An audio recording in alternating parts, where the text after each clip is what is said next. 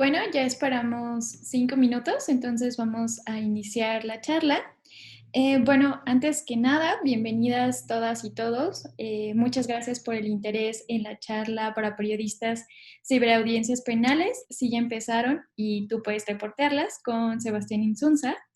Yo soy Ana Guzmán, soy directora ejecutiva de Nuevo Periodismo para la Justicia.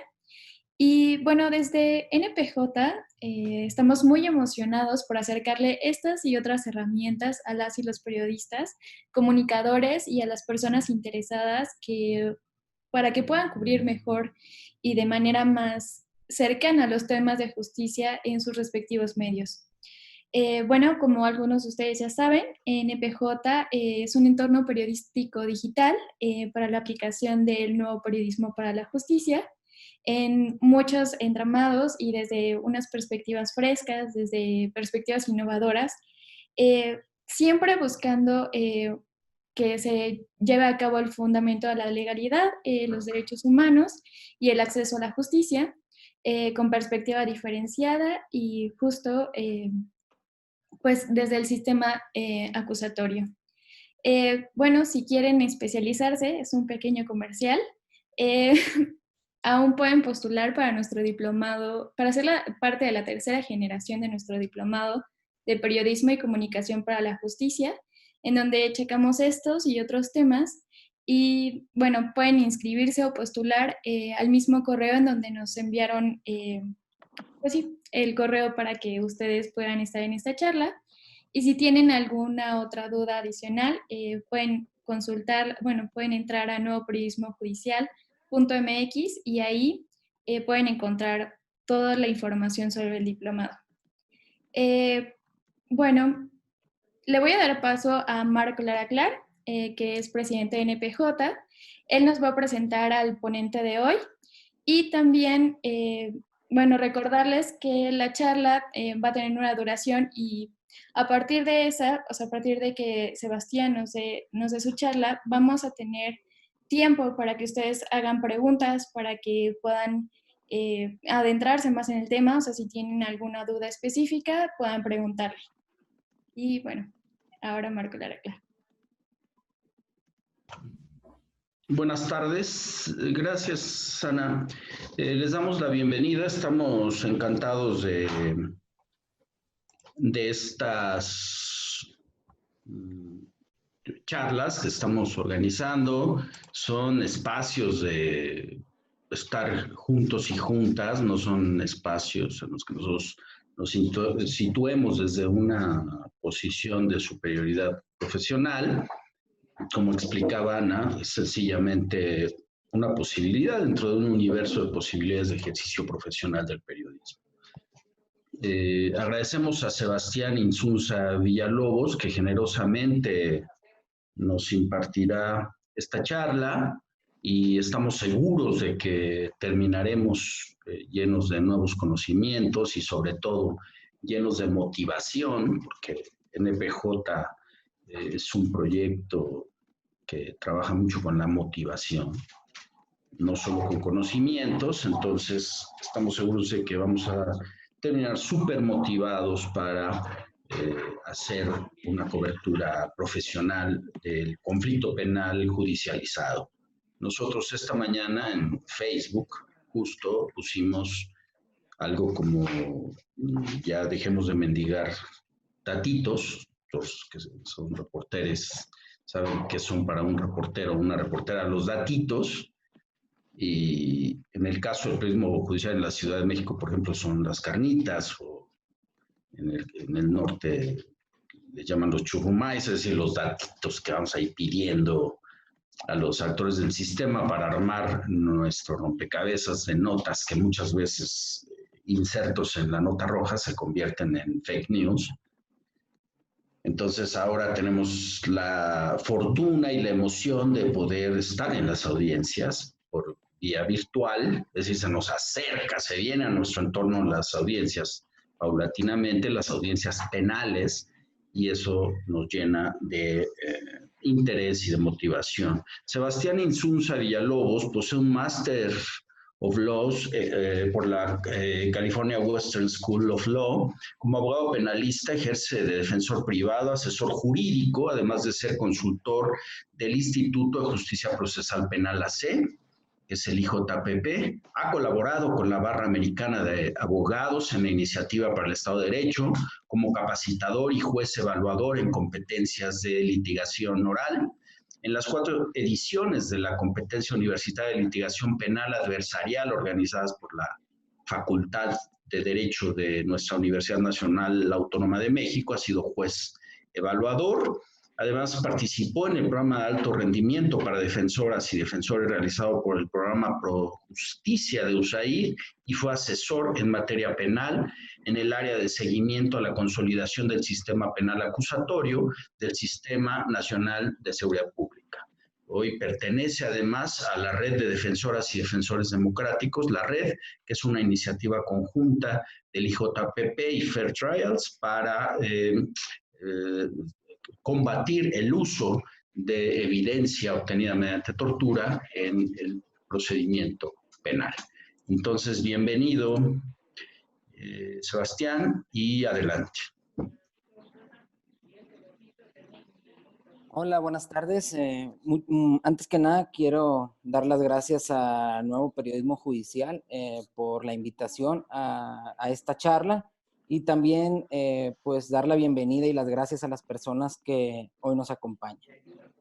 Pues el tema es las ciberaudiencias que hoy se están, como quien dice, poniendo de moda en nuestro sistema de justicia, una manera de combatir pues lo que está sucediendo, el rezago que tienen algunos tribunales debido a la contingencia sanitaria decretada por el COVID-19, pues han sido este tipo de audiencias que para no rezagarse los tribunales están tomando otras alternativas.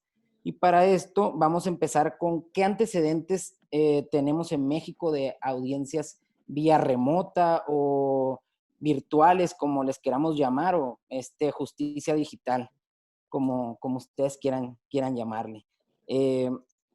Pues como antecedente, nosotros tenemos los estados de Chihuahua y Nuevo León. Estos dos estados, a mediados de la década pasada, fueron los primeros dos estados pioneros en el sistema de justicia penal adversarial. Y también hoy vemos cómo se han convertido con el paso del tiempo en los estados pioneros en las audiencias digitales. Empezaremos con Chihuahua, que, por ejemplo, ellos tienen ya tiempo llevando a cabo pues este tipo de audiencias. Al principio, las audiencias virtuales empezaron a realizar en el estado de Chihuahua, ya que pues eran más que nada para solicitudes de los imputados hacia los jueces. Y como los imputados dentro de los locutorios no tenían pues computadoras o teléfonos, era más fácil y accesible ponerles unos aparatos para videoconferencia. Entonces, lo que hizo el Tribunal de Chihuahua fue adaptar estos espacios para que los jueces, para que los imputados hicieran desde ahí comunicación con los jueces y solicitaran cierto tipo de cosas como, por ejemplo, medicamentos, acceso a la salud, entre otras cosas, alegaran malos tratos, tortura o incomunicación en su momento. Pero posteriormente, ya con la entrada de la pandemia, el magistrado presidente del Tribunal del Estado de Chihuahua instó al área de informática, que es la Dirección de Tecnologías de la Información, la cual está presidida por David Fernández Mena, a que se trabajara en un sistema interno para poder realizar este tipo de audiencias que ya se venían realizando, como les digo, vía remota. Ellos comentan en esta área, en esta dirección de tecnologías, que ellos no utilizan Zoom por cuestiones de privacidad y de guardar datos, porque ellos crearon su propia plataforma. Entonces, En algún momento sí llegaron a usar la herramienta digital de Google, por ejemplo, entre otras herramientas, pero ya ahorita para atender la alta demanda que se va a tener de audiencias al momento de que entre el COVID-19, ellos implementan una plataforma del Poder Judicial del Estado que se llama Jitsi. Mediante esta plataforma, ellos comienzan a trabajar, mejoraron procesos, todo con el mismo recurso que ellos ya venían manejando. La federación no les dio recursos, ellos se la tuvieron que arreglar, como quien dice, y como ya tenían pues cierta prueba y error, cierto camino andado en las audiencias vía remota, pues les fue un poco más fácil con esta experiencia que ya traían de poder implementar las audiencias en los procesos para poder seguir trabajando los procesos penales. En esta modalidad, por ejemplo, el imputado participa desde los juzgados contiguos al Centro de Reinserción Social y con ello se garantiza la seguridad sanitaria de sana distancia, la cual fue implementada por la Secretaría de Salud. Es decir, no se va a encontrar en la sala de audiencias más de una persona. Pudiera ser que el Ministerio Público o el juez, o si no, el defensor, puede estar dentro de una sala de audiencias, pero no van a estar todas las personas juntas en una sala de audiencia. A veces se usan hasta 3 salas de audiencia para desahogar una sola audiencia. ¿Por qué? Porque en una sala tenemos a un defensor, en otra sala tenemos al Ministerio Público y en otra sala, si es un juez de control, tenemos solamente a un juez. Los jueces también pueden participar desde su oficina. El defensor público o privado puede también participar, ya sé si es defensor público desde su oficina o el defensor privado desde su despacho, pero si ellos solicitan poder estar en el tribunal en ese momento porque su conexión a internet no es muy buena en su despacho u oficina, lo pueden hacer, pero no están juntos en una sala, ni el MP ni la defensa, siempre los separan. Entonces, de igual manera, la víctima casi siempre está en compañía del Ministerio Público y asimismo el asesor jurídico, todos están separados y, y mediante esta herramienta tecnológica se pueden todos converger en una misma videoconferencia que, que es donde se realiza la audiencia pertinente. Por ejemplo, en tiempos del COVID, ya la primera audiencia de este tipo, que más que nada han sido audiencias iniciales, por lo que pude investigar, me comentan que en el estado de Chihuahua no se han podido llevar a cabo por cuestiones de, de que no han tenido la voluntad los jueces de llevar a cabo audiencias de juicio oral, ya que ellos le sacan a un tema de la inmediatez, de la inmediación, perdón. Solamente se han llevado solicitudes de revisión de medidas cautelares, algunas cuestiones de salidas anticipadas, y en el primer lugar que se llevaron a cabo en Chihuahua fue en el Distrito Judicial de Morelos, y efectivamente fue una audiencia de revisión de medidas cautelares por un delito de violencia familiar. En este orden de ideas, el Poder Judicial del Estado de Chihuahua, pues como les comento, ha venido trabajando en habilitar esta herramienta tecnológica, pero ahora en los distritos restantes, en los distritos judiciales restantes, pues para atender las carpetas de investigación que están abiertas y las cuestiones de libertad anticipada.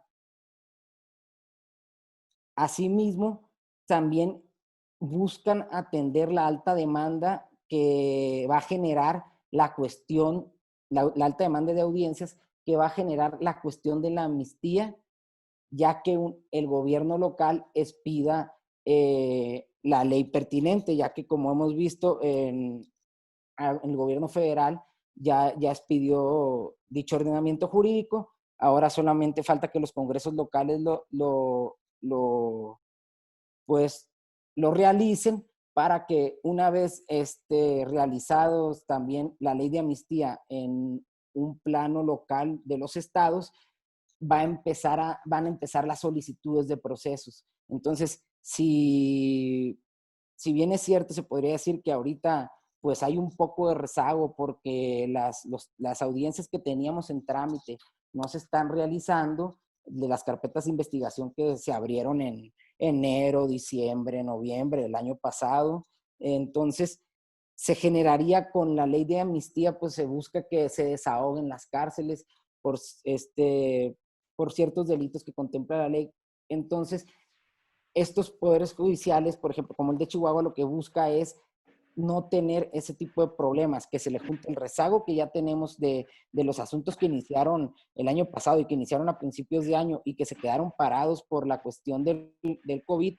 Entonces, buscan agilizar esto y el Poder Judicial de Chihuahua lo que busca es implementar esta herramienta de la que les hablo en todos los distritos judiciales, ya que, como les comento, solamente lo tenían en un distrito judicial. Por otra parte, como les comentaba al principio, también Nuevo León es pionero en esta cuestión de las audiencias virtuales o ciberaudiencias.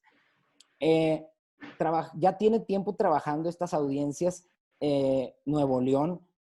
Nuevo León maneja las audiencias virtuales en solicitudes de órdenes de aprehensión, tiene tiempo trabajándola.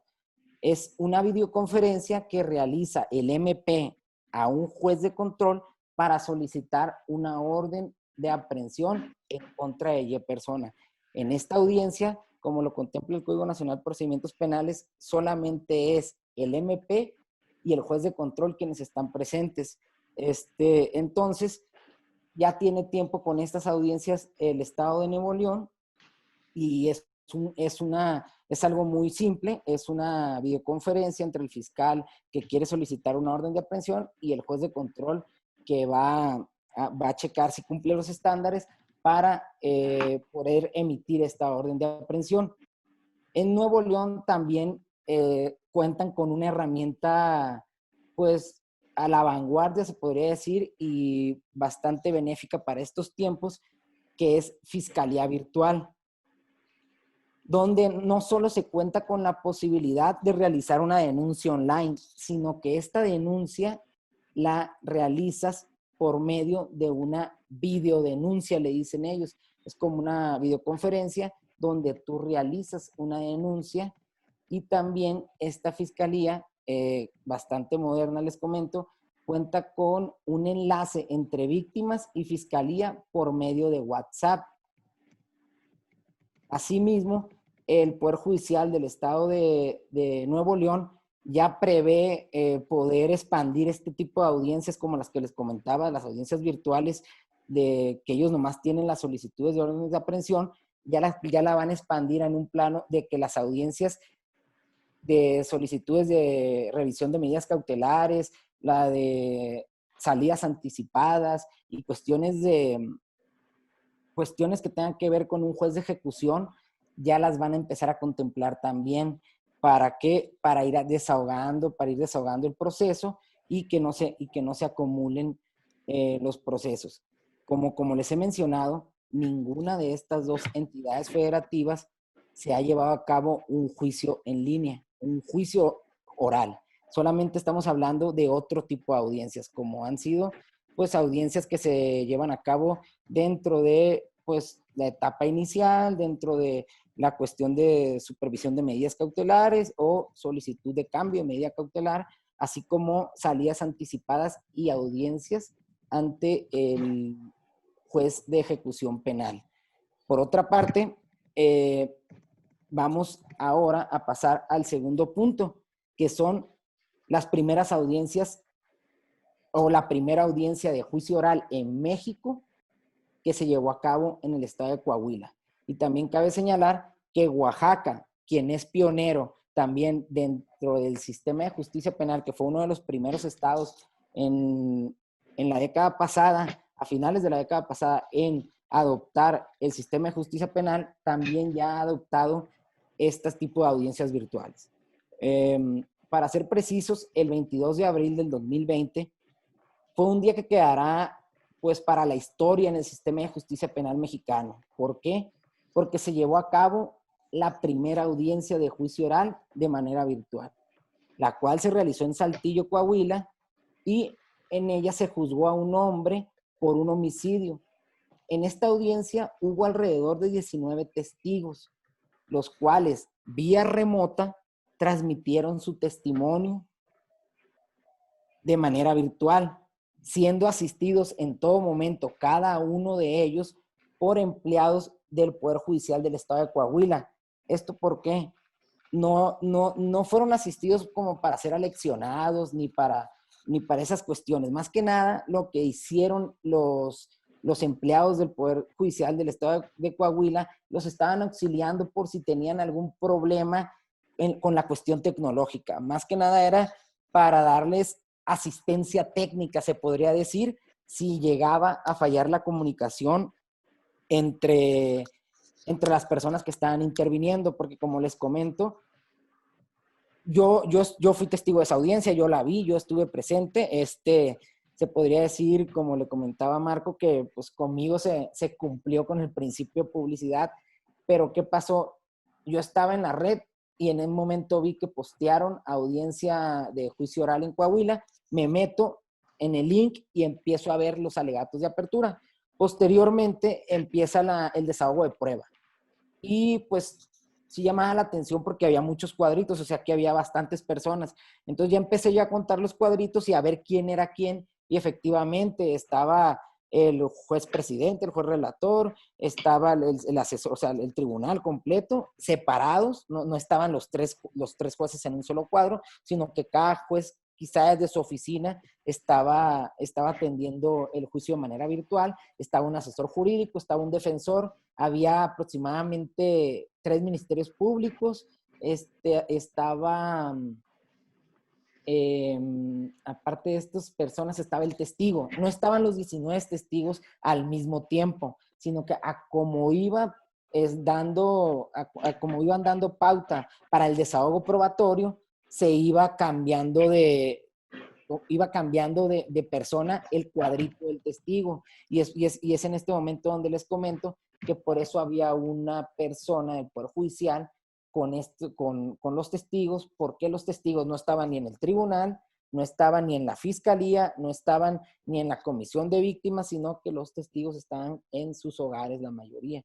Y es por esto que tuvo que ser un despliegue de recurso humano, de usar un recurso humano bastante amplio para poder llevar a cabo un juicio, que es también uno de los contra que me estaban comentando de este tipo de asuntos, que realmente es muy demandante del recurso humano, porque como les comentaba hace un momento, en Chihuahua, por ejemplo, no solamente es el recurso humano lo que se necesita, sino que también es la infraestructura. ¿Por qué? Porque si el defensor puede estar en su oficina o quiere estar dentro de la sala de juicio oral, puede estar ahí el defensor. Si algún testigo va a declarar en Chihuahua, lo llevan al tribunal y ahí declara, pero los tienen separados. Por ejemplo, a los testigos los ponen muchas veces en las salas donde ponen a los testigos protegidos y al defensor en una sala. En otra sala ponen a veces al juez de control en una sala distinta. Si el juez no está en su oficina por la recepción del internet no es buena, habilitan una sala solamente para que el juez esté. Y aparte, pues, la cuestión de que el recurso humano que se necesita dentro del área de tecnología, pues para estar monitoreando las audiencias, para estar dando los usos de la voz y eso, también es bastante. Entonces, era lo que me comentaban un poco de los contras que tenía la audiencia virtual, que realmente se necesita bastante recurso humano para poder llevarlas a cabo. Entonces, seguimos con la audiencia del 22 de abril de juicio oral en Coahuila. Entonces, les comento que todos estaban en esta audiencia al mismo tiempo y fue bastante enriquecedor verla porque te das cuenta que realmente se puede llevar a cabo sin incidentes, o sea, porque hubo desahogo de prueba, hubo prueba documental, se exhibió, y hubo objeciones. Entonces, como quien dice, lo que yo vi en la audiencia es lo que se ve normalmente en una sala de juicio oral, pero de manera virtual. Cada quien en su computadora. Entonces, sí, sí es enriquecedor para uno poder ver eso porque dices, o sea, wow, o sea, realmente pusieron las condiciones necesarias para que se pudiera llevar a cabo esta audiencia. Esta audiencia se llevó de manera, se llevó en 2 sesiones. La última sesión se llevó el 4 de mayo, donde concluye el juicio oral. Esta persona fue condenada a 12 años de prisión y se aplicó, pues, lo que fue la reparación del daño fue alrededor de $1,000,000 y fue un homicidio culposo. Platicando con operadores del sistema de justicia penal de Coahuila, me comentaban que el Poder Judicial del Estado les dio una capacitación, no fue, o sea, no fue nomás de, pues fíjense que vamos a hacer una audiencia, conéctense todos y ahí nos vemos, sino que los asesores jurídicos, los ministerios públicos, los defensores fueron capacitados por parte, igual los jueces, fueron capacitados por parte del Poder Judicial del Estado de Coahuila.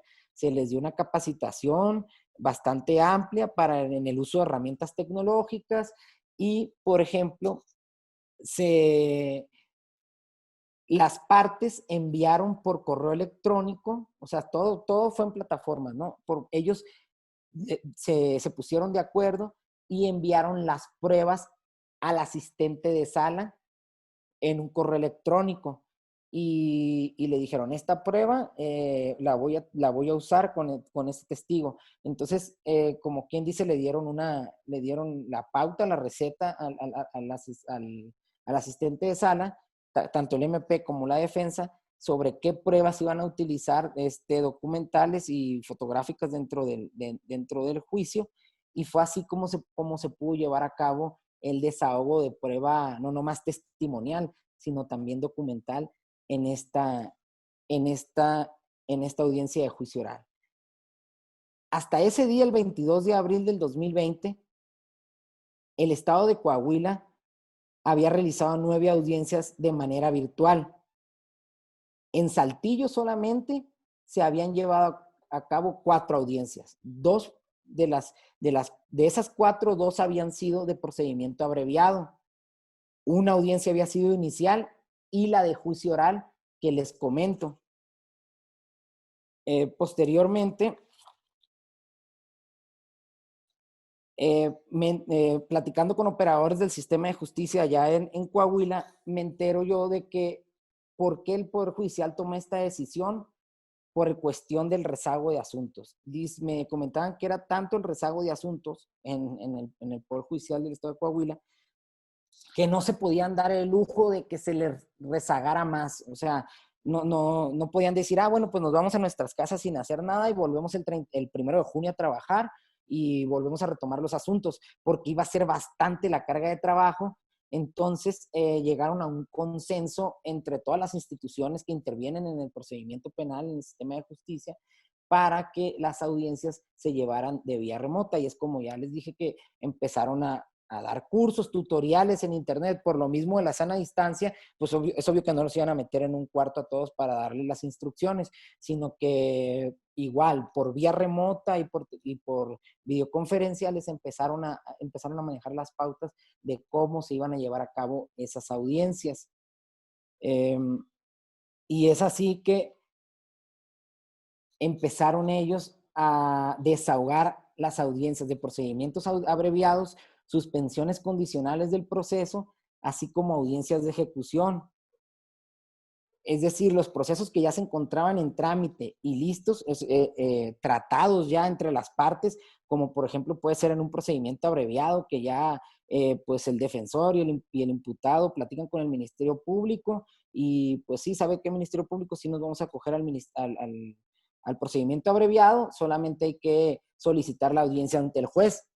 Entonces, por ejemplo, aquí en la Ciudad de México, si tú ya tenías pactado un procedimiento abreviado con el Ministerio Público, pero llegó el acuerdo ese que hubo el cese de actividades, Entonces separó completamente, y hay gente que pues no pudo llegar al procedimiento abreviado o a una salida anticipada como es por ejemplo, una suspensión condicional del proceso, que muchas veces son cuestiones de, por ejemplo, un delito de lesiones, en donde aceptas tú irte a una suspensión condicional del proceso, que es una salida alterna, y vas a reparar el daño, vas a admitir el delito, pero es un delito que la pena, la media aritmética de la pena es de ciertos años, que te puedes acoger ese beneficio. Pero si es de prisión preventiva, por ejemplo, las lesiones con violencia, que son de prisión preventiva, la gente que ya tenía acordado irse a una suspensión condicional ya no pudo. ¿Por qué? Porque las audiencias se pararon. Entonces, en Coahuila fue lo que vino a ayudar, que si ya tenías tú tratado con el Ministerio Público o acordado que te ibas a someter a cierta salida alterna, pudiste ir ante el juez de manera virtual y reparar el daño, y que la persona obtuviera su libertad. También en Coahuila hay una audiencia que le dicen la audiencia de garantías, que es como la audiencia de tutela de derechos que existe en Morelos, en donde ya el imputado, mediante esa audiencia, les solicita al juez ciertas cuestiones de, ya una vez estando dentro del centro penitenciario, puede solicitarle al juez ya sea medicamento, acceso a los servicios de salud, alegar que está incomunicado. Entonces, ese tipo de audiencias también se están llevando de manera remota, de manera virtual en Coahuila. Entonces, es así como se le está dando pues celeridad a los asuntos, y no se está dejando pues tanto en estado de indefensión a las personas, como pues ni a las víctimas, se podría decir. ¿Por qué? Porque pues la víctima que busca pues la reparación del daño, o que se haga justicia, como en el caso de Coahuila, que vemos en el juicio oral que a la persona que estaba siendo procesada se le condenó por el delito de homicidio. Como les comento, pues las audiencias virtuales han sido clave en este estado para desahogar el trabajo atrasado, y para que los centros penitenciarios desahoguen estas salidas anticipadas. Y lo del control de garantías. Pues me comentaban también que ¿qué haces para no vulnerar el derecho del imputado, por ejemplo, en una audiencia de las que se está llevando vía remota en Coahuila? Me decían que se les está poniendo un teléfono celular en todo momento para poder tener comunicación con su abogado, porque muchas de las audiencias de las que se está desahogando, el imputado no se encuentra con su defensor, porque el imputado está en el centro penitenciario, pero ellos se encuentran enlazados vía telefónica. Para las personas que han estado presentes y han estado en audiencias en el Estado de México, pues en el Estado de México nomás tienes al imputado, lo tienes a un lado, pero le decimos la pecera, está como en una cabina de cristal, y todo el contacto es vía telefónica. Sí lo estás viendo, pero no puedes tocar a la persona o no puedes decirle algo al oído, sino que todo es vía telefónica.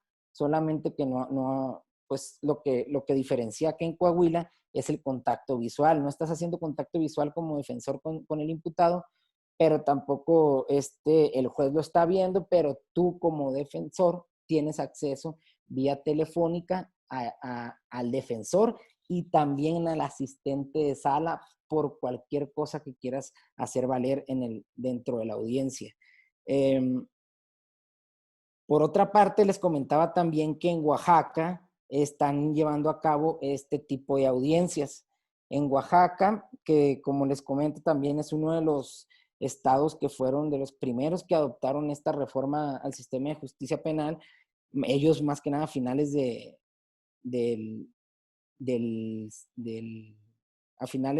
la década pasada, ellos empiezan con las audiencias virtuales el 14 de abril. Y también empezaron como las primeras que se llevaron en Nuevo León hace años.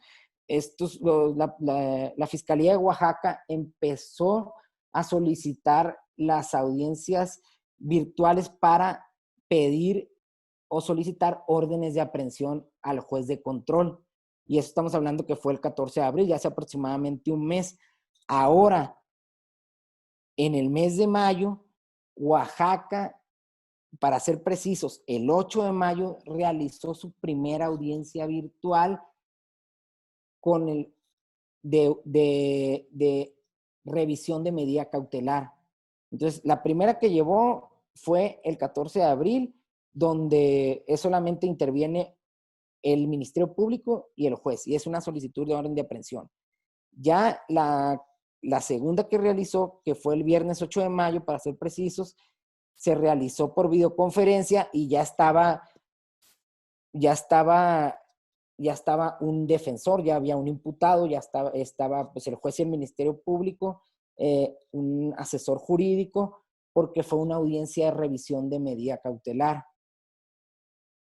Esta fue la audiencia que se llevó a cabo y se pronostica que para las siguientes semanas, si ya se desahoguen más audiencias de manera virtual en Oaxaca, como son las cuestiones de juez de ejecución y salidas anticipadas. Vamos a pasar al siguiente punto, y es la importancia del principio de publicidad en estas audiencias virtuales. ¿Por qué es importante? Pues recordemos que el principio de publicidad es uno de los principios que se ha vuelto un eje rector del sistema de justicia penal, el cual busca que no haya opacidad en el proceso, que los procesos sean transparentes y se brinde acceso al público, ya sean estudiantes, familiares de los involucrados en el proceso, prensa, investigadores, público en general. ¿Y por qué es uno de los ejes rectores? Porque como lo podemos recordar, y quien no lo recuerde, pues aquí se lo decimos, en el sistema de justicia penal inquisitivo, el que era el que nos regía antes, había un principio que era el principio de secrecía. Y con ese principio era opaco completamente el proceso penal.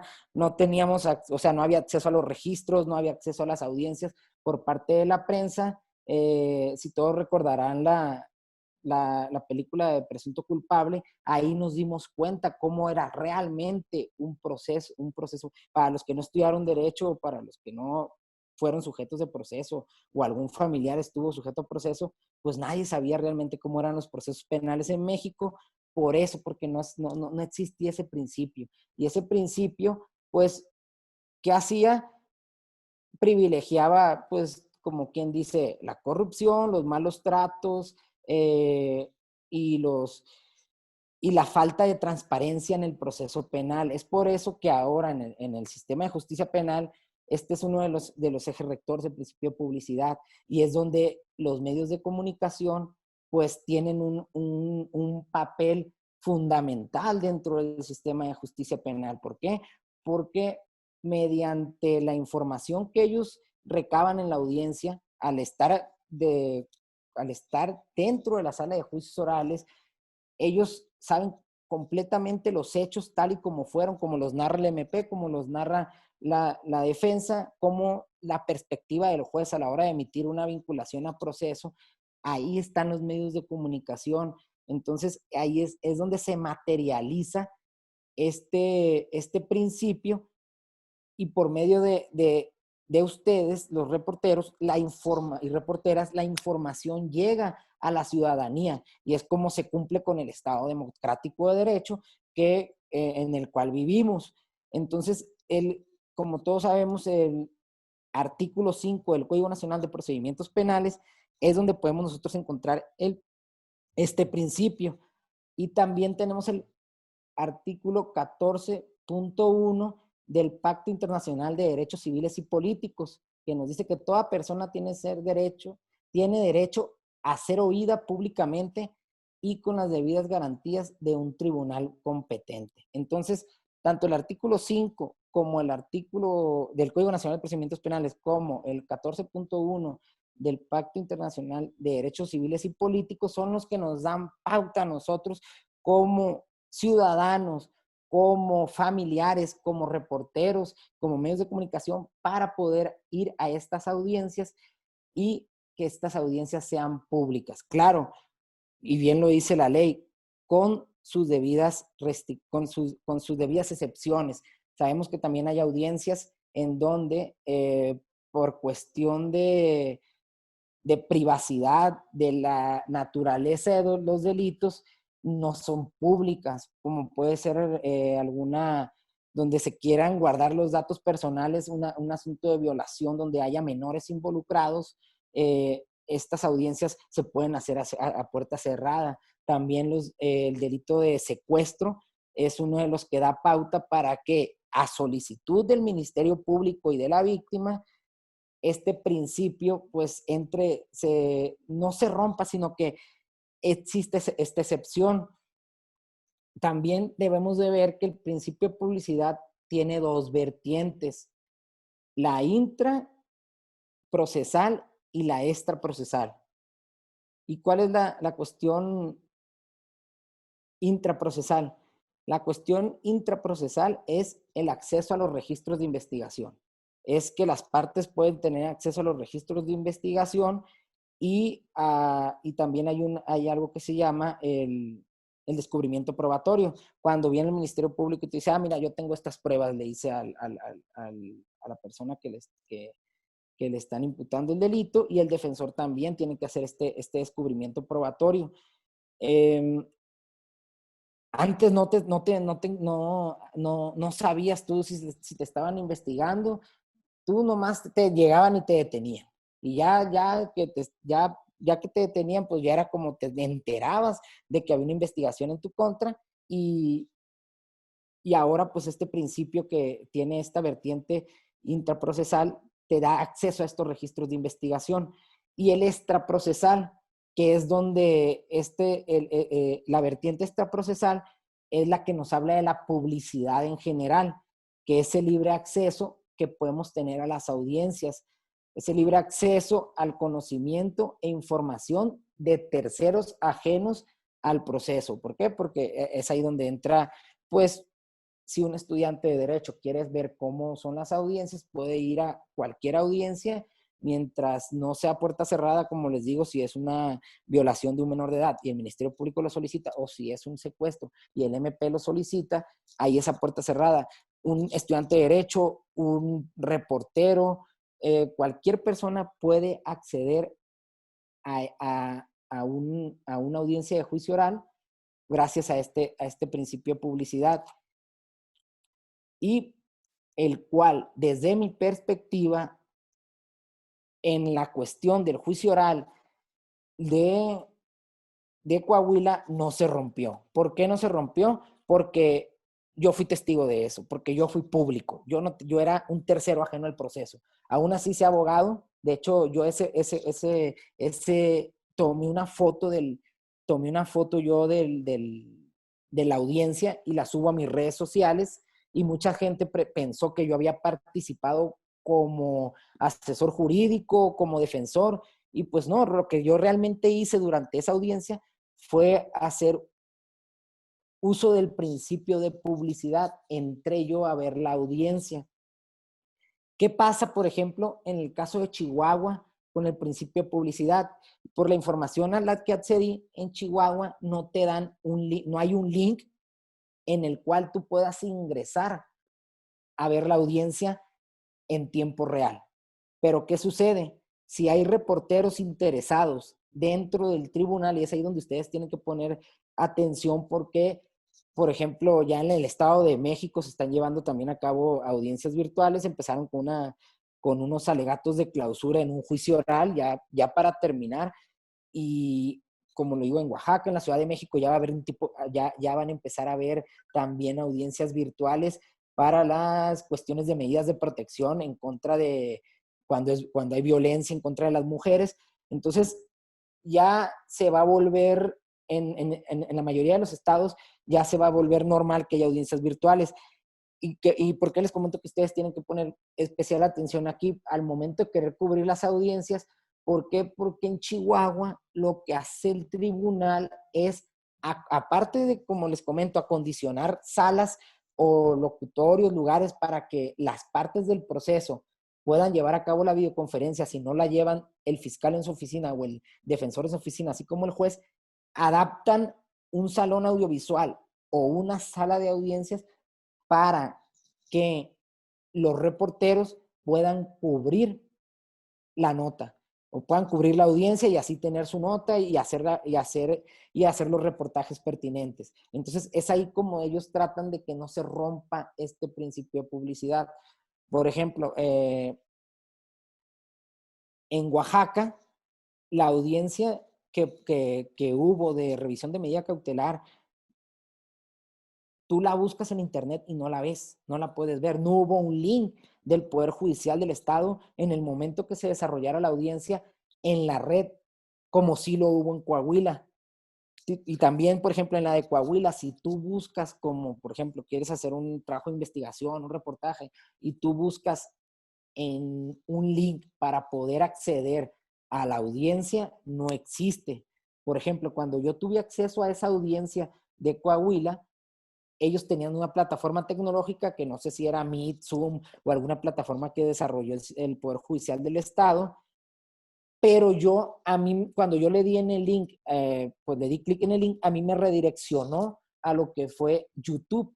Quiere decir que ellos estaban transmitiendo en vivo la sesión de videoconferencia que estaban llevando a cabo en la plataforma tecnológica, pero no lo están haciendo todos los tribunales. Entonces es donde debe de hacer, yo creo, especial atención y ver la manera, el comunicador, de que el tribunal cumpla con este principio y no lo rompa, con el principio de publicidad, de que tienen que tener acceso a las audiencias, siempre y cuando pues no existan las restricciones previstas por la ley y pues que el Ministerio Público así lo solicite, que esas excepciones pues se lleven a cabo. Pues pasamos al siguiente punto y aquí nos señala cómo las instituciones deben de mejorar su organización. Y, y aquí es algo muy importante. ¿Por qué? Porque por el rezago, porque el sistema de justicia no es que esté colapsado. El sistema de justicia avanza y estamos en una etapa de consolidación, pero en muchos estados es lento.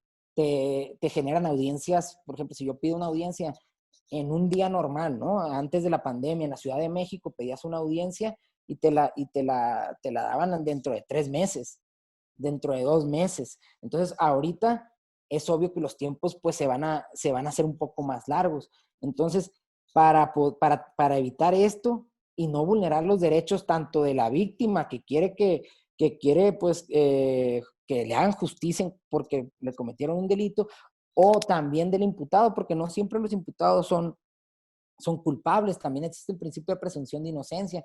Entonces, ahorita, por ejemplo, una persona que estaba esperando audiencia de juicio oral para ver si su situación jurídica, si era inocente y poder salir a la calle, pues esa persona está dentro de prisión por la cuestión del COVID, y tal vez si era inocente, pues se va a pasar 3 meses más de los que ya se iba a pasar por cuestiones del proceso, que la ley te dice que debe de ser hasta 2 años, y casi siempre dependiendo del delito, ¿no? Entonces, casi siempre, pues nos vamos al extremo de colmar casi todo el tiempo de que una persona pueda estar recluida, cuando eso no debería de ser la regla, y tratar de desahogar los procesos más rápido. Entonces, la emergencia sanitaria ha generado la necesidad de que los principales actores o instituciones que intervienen dentro del sistema de justicia penal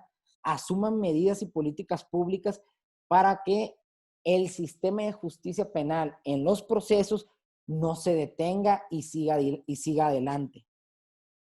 En un primer momento, como todos fuimos testigos, al momento de que empezaron a emitir los los acuerdos del tribunal en los que decían vamos a parar labores y al principio te dijeron que iba a ser del 20 de marzo al 20 de abril y ya después los fueron aplazando, pues se acordaron suspender los términos y los plazos y pues mediante ciertas guardias mantuvieron activas la atención a ciertos asuntos que no admiten demora, como son los asuntos penales, es decir, la cuestión de detenidos. Ese sí, eso sigue igual, o sea, la cuestión de los detenidos, los controles de detención se están desahogando en todas las entidades federativas. No es que detengan a una persona y en vez de tenerla 48 horas en el MP y ponerla a disposición, la guarden hasta que se acabe la pandemia. A eso se le sigue dando celeridad en las entidades federativas,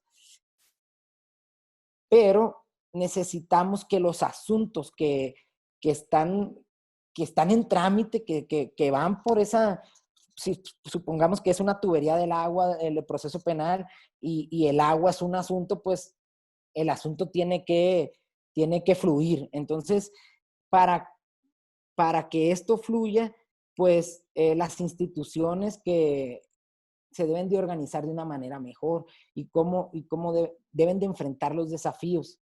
Deben de enfrentar los desafíos que nos pone la pandemia. Así como nosotros como personas, algunos nos fuimos a nuestra casa y enfrentamos ese desafío del confinamiento, las instituciones tienen que, pues no se pueden voltear para otro lado y esperar que el tiempo pase y a ver cómo nos va cuando regresemos, sino que tienen que, en una palabra coloquial, agarrar el toro por los cuernos. Y yo he enlistado a qué desafíos se enfrentan estas instituciones.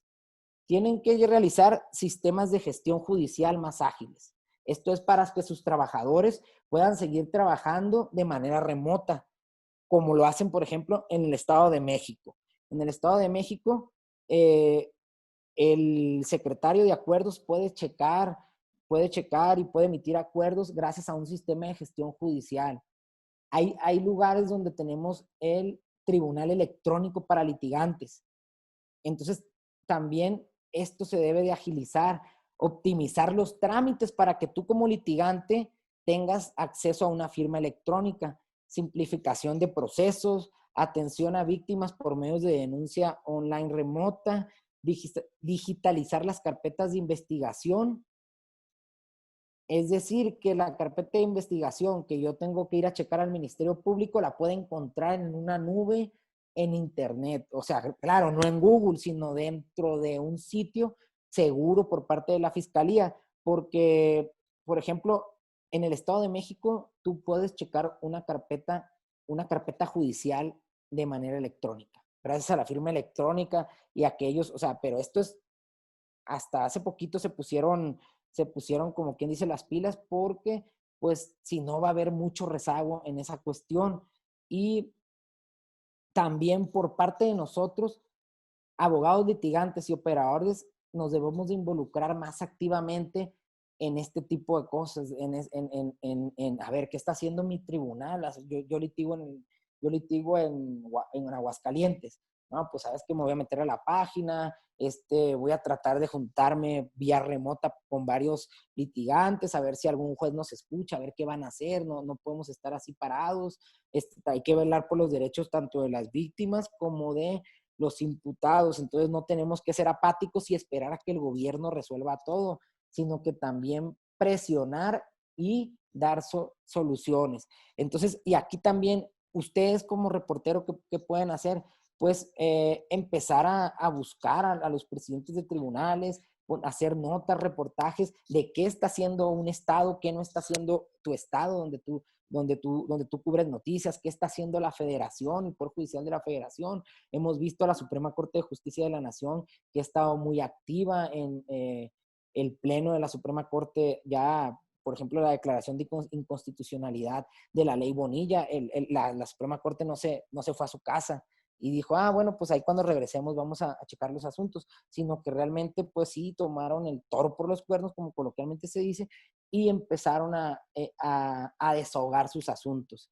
Entonces, debemos de asumir, como todos los operadores del sistema de justicia y los intervinientes y los interesados, debemos de asumir este cambio como un reto con creatividad y con ayuda de herramientas tecnológicas.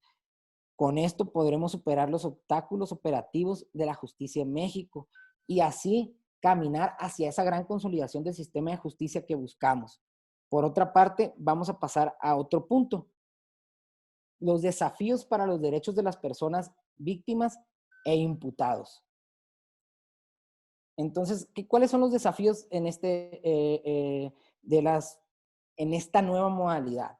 Pues, por ejemplo, que el imputado, por ejemplo, tenga acceso tanto al defensor como al juzgado, que no porque se lleve a cabo en locutorios, si es lo que te da tu infraestructura como Estado, para que en los locutorios pongas vía remota a transmitir y ahí tome la audiencia, por ejemplo, el imputado, sino que darle acceso a un teléfono, ya sea un teléfono celular, una línea fija, en donde él pueda descolgar ese teléfono y tenga acceso tanto a un personal del tribunal para hacer alguna aclaración ante el juez o ante su defensor.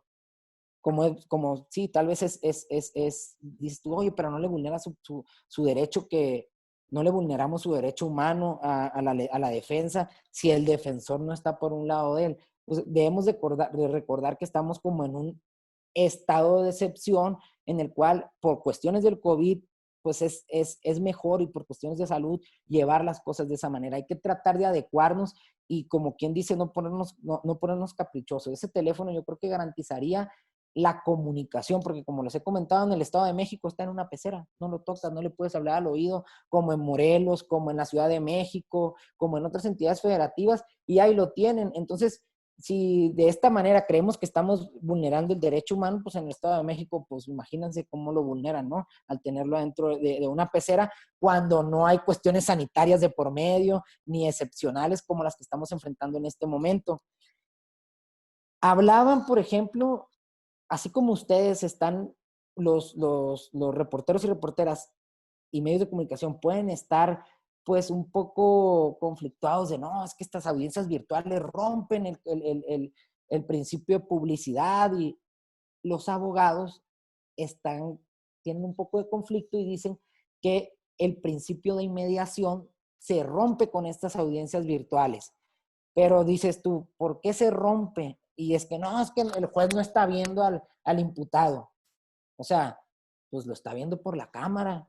O sea, porque el imputado ahí está y lo está viendo. Pero no hay que ser tan ortodoxos. O sea, no es que lo tiene que ver que esté ahí, ¿no? Pues, o sea, es algo excepcional. Se está llevando, o sea, es algo que se está llevando de esta manera por cuestiones sanitarias. Y pues yo creo que tienen que, tal vez, como somos en la cuestión de abogados y todo, es que la ley dice esto y esto y esto, y somos muy cuadrados. Entonces, pues los tribunales también tienen que emitir ciertas pautas en las que, pues, como unos pequeños reglamentos de audiencia virtual, ni modo. También se tienen que poner a chambear en muchos aspectos y emitir tanto, ¿cómo no voy a romper el principio de publicidad? Pues le voy a dar acceso a los medios de comunicación de esta manera. ¿Cómo no se rompe el principio de mediación? Así. ¿Cómo no rompo con el principio de una defensa adecuada? Pues poniéndole un teléfono. ¿Saben qué? Pues tal vez sí voy a tener en la misma sala al defensor y al imputado, pero los voy a tener a 2 metros de distancia. O sea, tenemos que buscar alternativas y tenemos que buscar la manera de que esto se lleve a cabo de una mejor manera, pero yo no siento que con este tipo de audiencias se vulneren ni los derechos de la víctima ni los de los imputados. Y la verdad, celebro que se lleven a cabo este tipo de audiencias. Creo que es un paso más adelante en el sistema de justicia penal mexicano. Qué bueno que no nos tocó esto en la etapa de implementación, porque tal vez hubiera sido un poco más difícil. Si recordamos, la etapa de implementación duró 8 años, del 2008 al 2016. Esto nos está tocando en una etapa de consolidación. La etapa de consolidación, tenemos 4 años dentro de la etapa de consolidación. Y si lo ponemos como un niño, el sistema de justicia en 2010 estaba en pañales, en 2012 como que apenas y decía mamá y papá, en 2016, que fue cuando se operó en todo el país, ya empezó a caminar Y ahorita el sistema de justicia en México creo que está, tal vez no tenemos ese sistema que realmente deseamos, pero creo que va avanzando. Y un claro ejemplo de que el sistema va avanzando es que hay estados, hay entidades federativas que están pudiendo llevar a cabo su trabajo, que lo están desarrollando, que no se están rezagando y que están dando pie y están dando pauta a las audiencias virtuales. Y que bastante se necesitan. Y vamos a ver cómo responde la cuestión del sistema de justicia, porque si pongamos que volvemos el 15 de junio a los juzgados a operar de una manera normal, va a haber mucho rezago. Y tal vez las audiencias virtuales sean la manera de dar trámite más veloz y más rápido, porque como comentaba al principio, vienen las leyes locales de amnistía, que en cuestión federal, pues no sé cuántas personas vayan a poder salir con esa ley de amnistía de la cárcel, porque los delitos de cuestión federal y los delitos que contempla esta ley como que no está muy armonizada, pero ya en un plano local, si te pones a revisar la ley de amnistía, ahí sí va a haber bastantes liberaciones en las entidades federativas. Entonces, pues yo que les puedo dar algunos tips, que es que estén más pues pendientes de las páginas de los poderes judiciales, que tengan más acercamiento con el poder judicial, que presionen más para que la información fluya y, y pues si tienen alguna pregunta, pues aquí estoy. Sí, justo ya tenemos algunas preguntas en el chat. Entonces, si quieres, yo leo las preguntas y tú vas respondiendo, si te parece bien. Okay. ¿Sí? Bueno, primero Esmeralda dice, buenas tardes. Aquí en Coahuila, cuando entras a la audiencia vivencial, no te dejan tomar fotos ni grabar. Hasta hace poco se permitió entrar con libreta y anotar. ¿No se violenta el derecho del imputado con una audiencia virtual si, como dice la conferencia, aquí no hay control y se puede grabar y tomar fotos? Como dice el Pues, conferencista. Sí. Ajá, sí, justo. adelante, Marco. Sí, solo era el matiz de como dice el conferencista, que es, ajá, perfecto. Bueno, mira, pues, ¿cómo te diré? Yo creo que más que nada no se violenta. Yo creo que no se violenta y yo creo que ¿sabes? En mi punto de vista, es una cuestión claro, de datos personales y de todo ese asunto, de que la cuestión de no y de restricciones hacia la persona, pero del juez. El juez es el que rápidamente, por ejemplo, tú entras a una audiencia y a mí me llama mucho la atención la manera en la que hay medios de comunicación presentes, se me sientan allá o sea, como que más que nada el juez no lo hace por velar por los derechos del imputado, ¿eh? Lo hace para la cuestión mediática en su contra o en contra del tribunal. Esa sería mi opinión. No creas que lo hacen por velar por el derecho del imputado. Se pueden colgar un poco de ahí, pero los jueces lo hacen más por ellos. Porque hasta uno, cuando tú llevas un aparato tecnológico, te ponen en algunas entidades federativas, te tapan la cámara. ¿Por qué? Porque como ya los han exhibido bastante en redes sociales a los jueces por bastantes cosas o que se han dado en las audiencias, creo que más que por vulnerar el derecho de las personas, lo hacen para no ser exhibidos. Ok.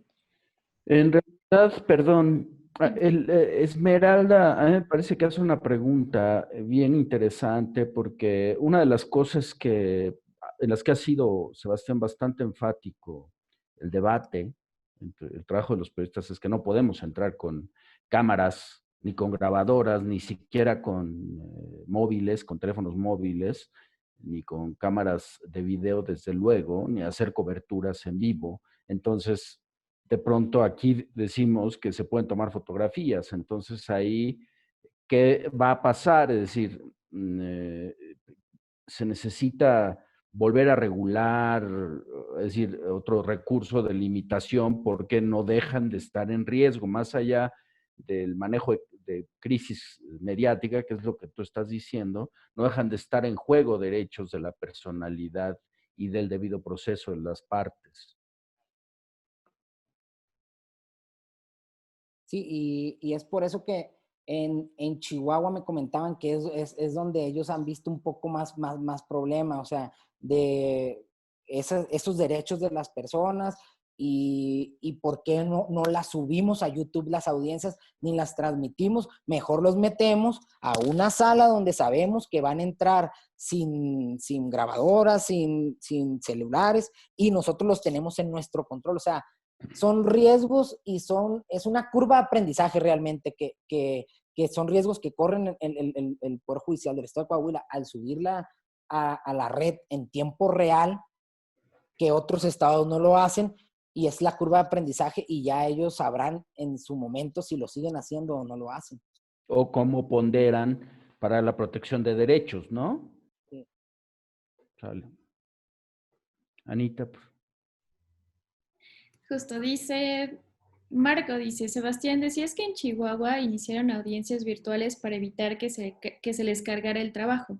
¿Es habitual que por la cultura institucional en los sistemas penales no se piense, en cambio, en que las personas accedan a la justicia de manera pronta y expedita? Bueno, no es pregunta, es afirmación. Yo sí lo creo. No sé qué Bueno, piensas. pues yo, más que nada en Coahuila fue donde les dije que se estaba rezagando el trabajo. En Chihuahua hubo una indicación del magistrado presidente al área de tecnología que fue, oye, ¿por qué empezaron las audiencias? No, me dijo, es que pues para seguir con esto de la justicia pronta y expedita, entonces no sé si fue en el juego de palabras pero fue más que nada en Coahuila fue donde se estaba saturando muchísimo el trabajo y se estaban rezagando en Coahuila. Y en Chihuahua fue por indicaciones directas del presidente del tribunal para seguir trabajando, no por la acumulación de procesos. Ok, de Luisa Arellano dice, hola, primero gracias por esta videoconferencia. Mi pregunta para Sebastián Insunza es si en las audiencias que refirió sí hubo asistencia de reporteros y cuál ha sido el interés y la reacción de estos. Imagino que por una parte puede facilitar su labor.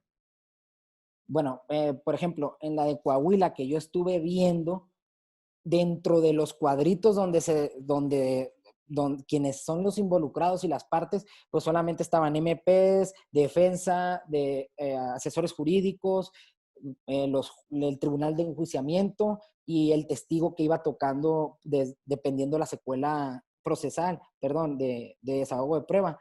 Pero no sé si realmente había reporteros cubriendo la nota, que tal vez sí, porque si buscas en internet, hay notas sobre la audiencia de Coahuila.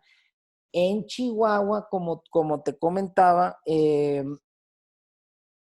los reporteros les dan acceso a la audiencia en tiempo real, pero dentro de las instalaciones del Poder Judicial.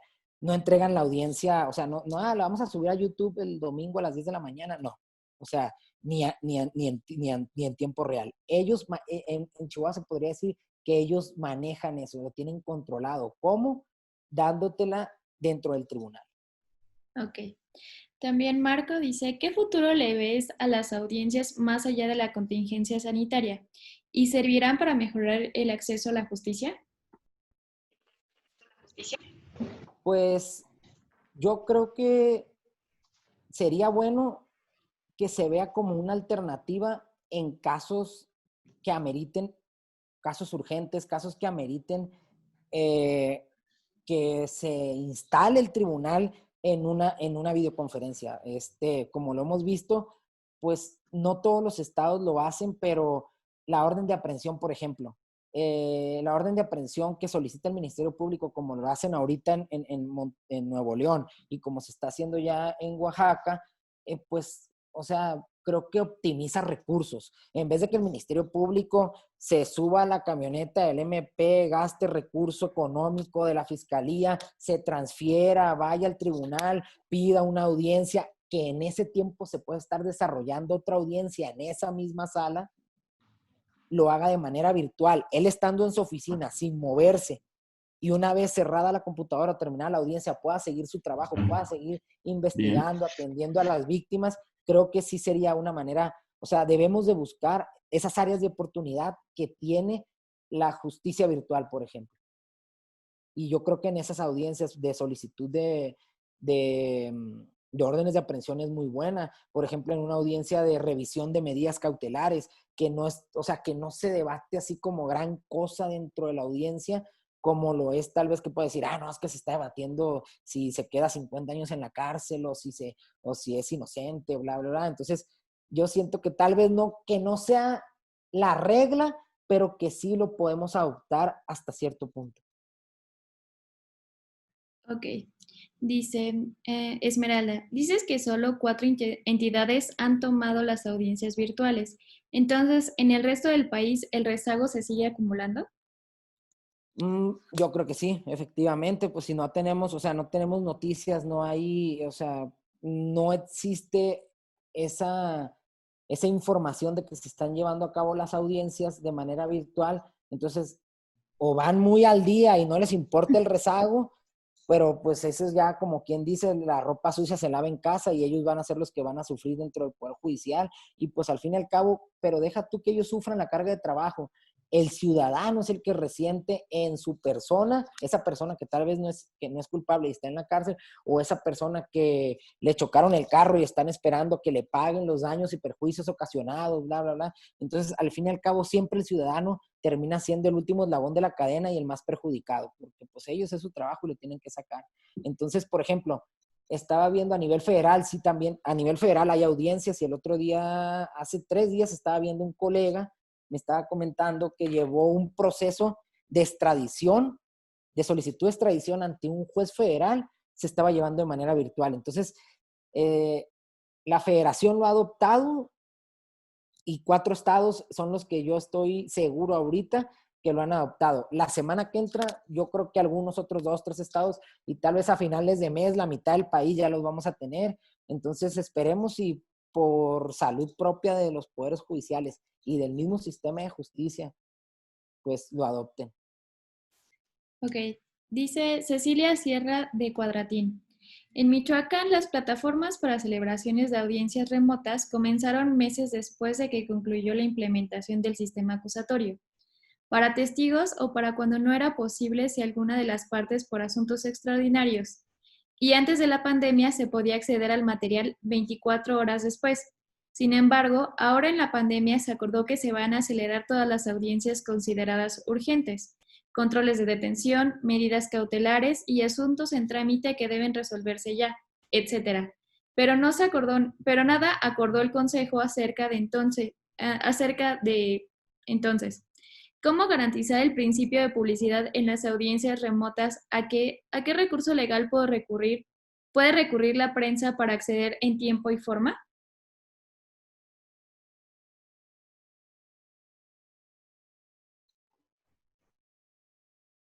Sí. Bueno, de mi parte, yo creo que tal vez pudieran, no sé, recurrir a una cuestión de mediáticamente, yo creo que haría mediáticamente primero al Poder Judicial. Qué raro que si ellos ya estaban, o sea, ya tenían como esa curva de que estaban dentro de. Antes es lo que quisiera preguntarle, si ya te podías tú poner a ver esas audiencias de manera pública, esas audiencias que se llevan a cabo antes, o no. O sea, si había el principio de publicidad antes o no. Y si no se lleva a cabo ahorita, entonces, pues presionar al Poder Judicial del Estado, no sé, vía quizá tratar de tramitar un amparo colectivo entre los medios de comunicación, y pegarles, yo creo también por el lado mediático. Ese es el beneficio que tienen ustedes. O sea, tal vez están las vías judiciales, pero ellos están argumentando que todavía no encuentran este mecanismo para que, como señalaban los compañeros, puedas acceder en tiempo real a las audiencias, las conozcas, participes, pero al mismo tiempo garanticen que tú, como reportero, no violentes el principio de inocencia y de las víctimas, ¿no? Porque se ha dado los casos, no podemos cerrar de ojos que muchos reporteros van a las audiencias y dicen, fulano perengano que vive en la calle tal fue acusado de violar a su nieta de tantos años, o sea, no, ¿no? Entonces lo que buscan es, de una u otra forma, encontrar ese mecanismo para poder acceder, porque sí puedes, antes sí podías consultarlas, ahora, como no es considerado por el Consejo una necesidad urgente, o sea, que no es de emergencia, que nosotros como prensa demos cobertura, o ellos así no lo consideraron, entonces debemos esperar hasta que vuelva a funcionar de manera normal para poder acceder a esos videos, audios y videos y verlos. Y entonces vas a las instalaciones del Poder Judicial, te sientas en una computadora y alguien te vigila para que no tomes foto, ni video, ni grabes, ni nada, ¿no? Es evidente que esto tiene que evolucionar, ¿no, Sebastián? Es decir, esto que dice Ceci está asociado a la pregunta de Esmeralda al principio. Es decir, nosotros ya estamos como reporteras y reporteros cada vez más sensibilizados sobre la relevancia de proteger, de que el propio sistema proteja los derechos de la personalidad y los del debido proceso. Y entonces esto nos muestra que hay un problema acá no resuelto, evidentemente, ¿no?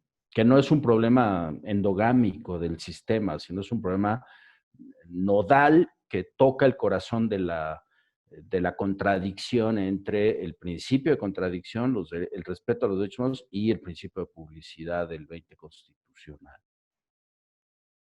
Así es, pues sí, yo les sugeriría que tal vez, mira, por la negligencia de esos reporteros, el tribunal está siendo negligente con ustedes, entonces, pues sí, tal vez algún amparo de vulneración de derechos hacia ustedes como gremio de reporteros y buscar la manera en que les den acceso, porque pues, ¿de qué sirve que les den acceso una vez que ya termine la pandemia si lo que ustedes quieren ahorita es cubrir la nota al día a día, ¿no? Ah, fíjense que hace un mes y medio procesaron a fulanito por fulana causa penal y pues su calidad jurídica en ese momento era tal y ahora es tal, pero pues aquí estamos cubriendo la nota.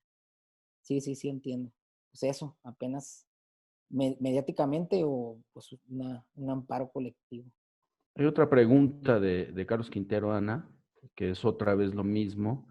Sí. Y me parece que está interesante lo del amparo. Yo mismo lo había propuesto, lo había propuesto Ceci en Esmeralda, Sebastián en asociaciones de periodistas, pero antes de eso, me parece que hay un problema que aun cuando hubiera amparo y nosotros eventualmente pudiéramos conseguir en algún sistema el acceso, es decir, que se materialice el principio de publicidad y el acceso a la información que establece el quinto del Código Nacional de Procedimientos Penales, en todo caso persiste el problema de la vulneración de derechos de las partes. Sí. Ok, bueno. Entonces, bueno, el de Carlos Quintero era eso. Podemos cubrir estas audiencias virtuales, ok. De Paulina Gómez, dice, en Puebla se están realizando audiencias de control de detención y vinculación a proceso vía remota. En alguna ocasión solicité estar en una sala audiovisual, ya que era una audiencia pública, sin embargo no tuve acceso, ya que me dijeron que no se podía debido a la contingencia sanitaria. Yo podía solicitar copia de audio y video del acto jurídico tal y como se le proporciona a las partes o de qué manera puedo tener acceso al relato de hechos, ya que muchas veces solo se proporciona la solución técnica del juez. Yo creo que es bastante parecida a la anterior. Dice, bueno, de Esmeralda, ¿alguna de las partes se puede negar a participar en una audiencia virtual? ¿Tiene ese derecho? Pues es que, por ejemplo, en Coahuila me comentaban que se ponían de acuerdo y las partes accedían. Realmente, si el tribunal de enjuiciamiento toma esa determinación, no creo que se puedan negar a participar porque pues es o sea, tienes derecho a audiencia y yo te la estoy dando por medio de vía remota. Ya sería, pues, sería como otra vía legal que deberían de tomar, para poder, o sea, para negarse a participar, y pues tendrías que como ser consciente de los pro y los contra, los contra que puedes tener no querer participar en una audiencia, porque yo como Estado te estoy dando ese derecho a audiencia que tú tienes, como por vía remota.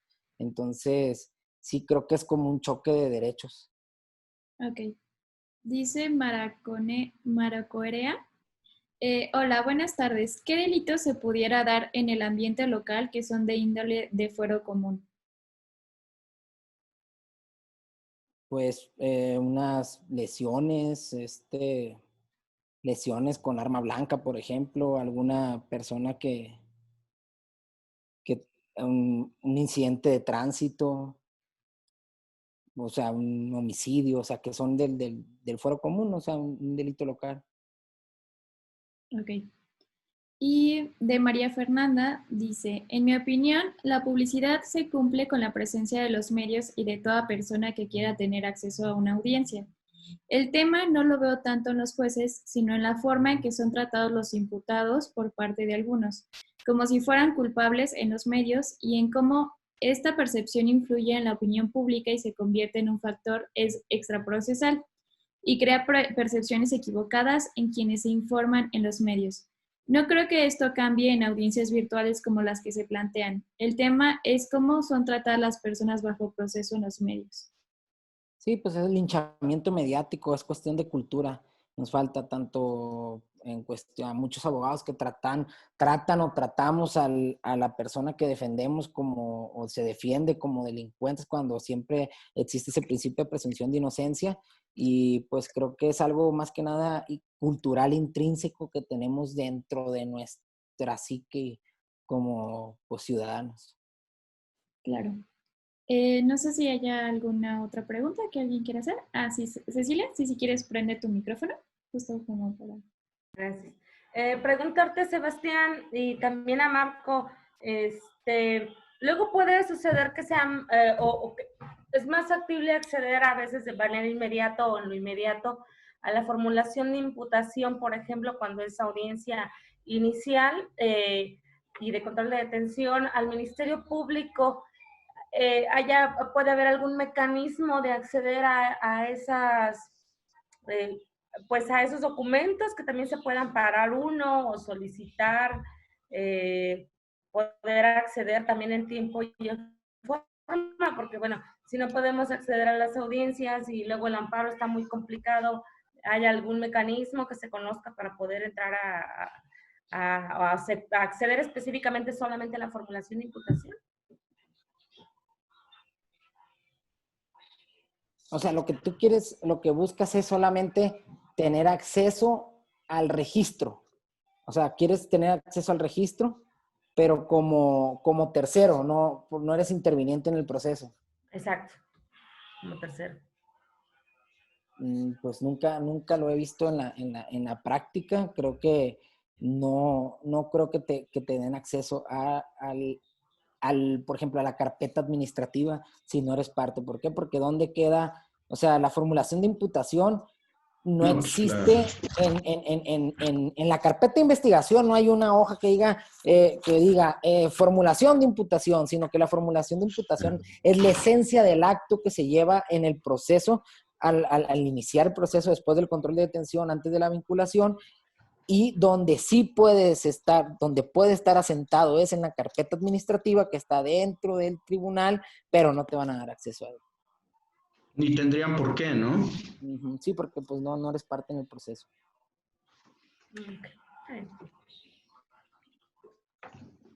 Ok. Ana. Justo, no sé si haya otra pregunta, si no puede ser solamente para cerrar. Anímense, está súper interesante esto. Yo creo que sobre todo a partir de las preguntas de Ceci, de Esmeralda y de Carlos Quintero, nos queda claro que hay varios problemas, porque además, Sebastián, en tu estupenda charla mencionaste el caso de Nuevo León y en realidad hay un antecedente ahí en Nuevo León en el que básicamente cuando empezó el sistema el procesal acusatorio, los jueces empezaron a pretextar que por el tráfico no podían llegar a las salas de oralidad y entonces que lo hacían por vía remota.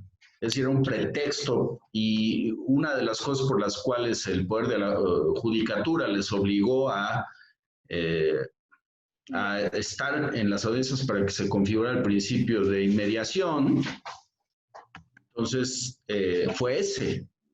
Entonces es evidente que también pasando la contingencia, este puede ser un pretexto de los actores procesales para no acudir a audiencias y sencillamente hacer un trámite y ya, bye, y dejar ahí que los casos se vayan pudriendo. Es decir, conocemos al sistema de justicia penal y de hecho lo estamos fiscalizando como periodistas.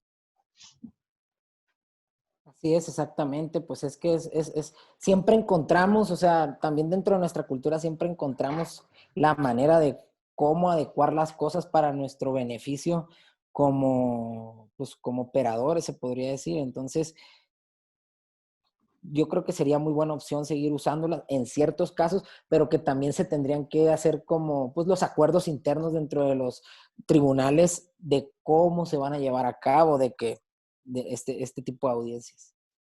Como Vamos quien a dice tratar ahorita, de invitar al magistrado presidente González Villalobos de Chihuahua, Anita, si te parece, para que él, y si a ustedes se les antoja, auditorio de cuadritos, como dice Sebastián, queridos cuadritos, vamos a crear así una sección a nuestros queridos cuadritos y cuadrites. Vamos a invitar al magistrado presidente González Villalobos para que él nos platique cómo fue el proceso y también que nos diga, que nos responda esto desde la perspectiva de los propios actores procesales, ¿no? Sí, sí, estaría bastante interesante. No sé qué piensen todos los demás. ¿Y así? Bueno, Hay preguntas, Ana. solo Esmeralda tiene otra pregunta y dice, aquí en Coahuila, el juicio del que hablan, yo entrevisté al abogado asesor. Él me decía que no se puede en otros juicios que son familiares o administrativos. ¿Es así en los otros estados? que no se puede Que no se puede, no tengo idea. No sé si quieras como complementar, Esmeralda. Bueno, por ejemplo, ya puso que sea virtual. Ah, ya. Fíjate que en Chihuahua también se están llevando a cabo cuestiones familiares. Y en Chihuahua, como es frontera, al igual que Coahuila, pero no sé si hay más densidad de población que migra, hubo cuestiones consulares que se llevaron por cuestiones familiares de guardia custodia y ese tipo de cosas, que el consulado empezaba a solicitar las audiencias. Oye, pues es que la persona pues está acá ilegal, no puede ir. Y entonces, bueno, pues hay que hacer una audiencia virtual. Y en cuestiones familiares se empezó a llevar a cabo de esa manera. Creo que también acá en el Estado de México ya van a empezar con las cuestiones familiares también. O sea, en el Estado de México le están dando la misma importancia a la cuestión penal que a la cuestión familiar, por cuestiones, de hecho, en el Estado de México hasta convivencias digitales se van a llevar a cabo, supervisadas por un psicólogo. O sea, va a estar el niño, el papá y el psicólogo en una videoconferencia, o un trabajador social. Bueno, No sé si respondí la pregunta. sí, dice Cecilia de Cuadratín que en Michoacán sí hay familiares y civiles, los administrativos también. Ujú. Bien. Sí, bueno, creo que tenemos preguntas. ¿No? ¿Nadie más se anima? ¿No? Bueno, creo que Cecilia le va a hacer, ¿no? Bueno, Listo. entonces, pues muchas gracias por venir de nuevo a la conferencia, por ser unos cuadritos virtuales acá y por interesarse en estos grandes temas que la verdad están bastante interesantes. Bueno, la charla se va a subir a nuestros medios, ya si quieren compartirla con algunos otros colegas y con otras colegas. Y bueno, pues queden pendientes para la próxima charla, entonces vamos a intentar invitar a Villalobos. Creo que sí, no, soy yo Villalobos. González Villalobos. Ah, sí, González, González Héctor Villalobos. Pablo. Creo que están así. Sí, también. Bueno, muchas gracias por unirse y hasta pronto. Que estén súper. Muchas Que gracias, estén- Sebastián. Gracias a ustedes por la invitación y gracias por escucharme. Que tengan buen día. Un Gracias. aplauso. Gracias, Sebastián. Hasta pronto. Gracias. Gracias a todos.